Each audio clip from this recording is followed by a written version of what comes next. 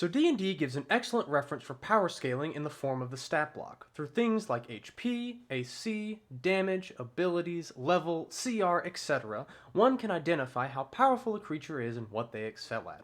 However, there are things in D&D that do not have stat blocks, and it is important to understand where these entities lie on the power scale. I have separated the entities with stat blocks into three categories: PCs, NPCs, and monsters and villains. PCs is a pretty self-explanatory category. Every PC has a character sheet where they track everything mechanically important about their characters: stats, abilities, spells, equipment, etc.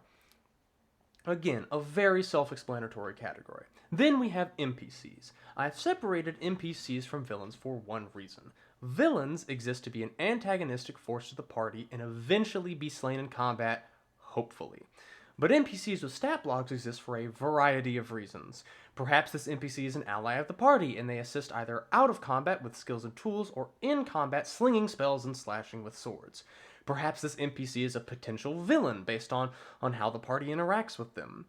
Perhaps the Dungeon Master needed to make a stat block for them because the party interacted with them and now they're important for some reason. Or maybe the DM just thought of a cool idea for abilities this NPC has and wanted to make a stat block for them in case it ever becomes relevant. Whatever the purpose, the DM decided that they needed a stat block. Then we have monsters and villains. Once again, this is a rather self-explanatory category. There are 3 official 5e books solely dedicated to giving monster stat blocks, and probably hundreds of thousands of homebrew monsters that people have put on the internet in various places over the years. Whether these be the soulless undead that roam the haunted streets of a cursed town, or an evil wizard atop his dark tower who blights the land with his blasphemous magics. These are entities that the party will face in combat with steel and spell in hand of hopes of saving the town, and more importantly, leveling up and getting loot. Now let's get into the properly stat-blockless entities. I have separated these entities into 3 categories, and these entities exist both above and below the power level of things with stat blocks. Let's start with the things that are below. These are largely the unimportant things: peasants, animals, people, and things in the background of descriptions that don't really exist unless the camera is focused on them for some reason. Then we go to the things that technically do have a stat block. These are entities that, as I said, do have a stat block, but are simply so much more powerful than the party currently that they stand no chance. These are things like liches, ancient dragons, beholders, when the party is only level 5 or less. The party will hopefully get strong enough to fight these entities. Hell, maybe that's the goal of the campaign, to kill that ancient dragon you saw terrorizing a town at the beginning of the campaign. But if someone is dumb enough to try and attack them when they are that weak, you don't need to know its stats, they will simply stand no chance against it. For now.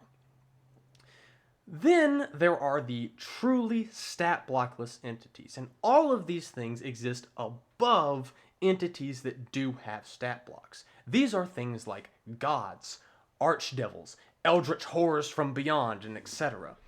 There is no saving against their effects, no surviving their attacks, and no way in hell you will defeat them. Now I know there is an ever-present D&D meme of the party starts with saving the local village from goblins and then makes their way up to killing God. But in my personal opinion, there is no defeating an actual god unless you have some crazy artifact to weaken them beforehand, or they aren't actual gods. Again, this is my personal opinion, and maybe in your game it is very possible for the players to do this, but regardless, in 99% of the interactions with gods or god tier entities, they are properly stat blockless. Well, that's all I really have for this video, a short topic that needs not be belabored for an excessive amount of time. I hope this video was helpful in some aspects so you can begin to consider where certain entities in your worlds and campaigns lie on the power scale of the setting you are playing in. But for now, that's all I have, so I will see y'all next time.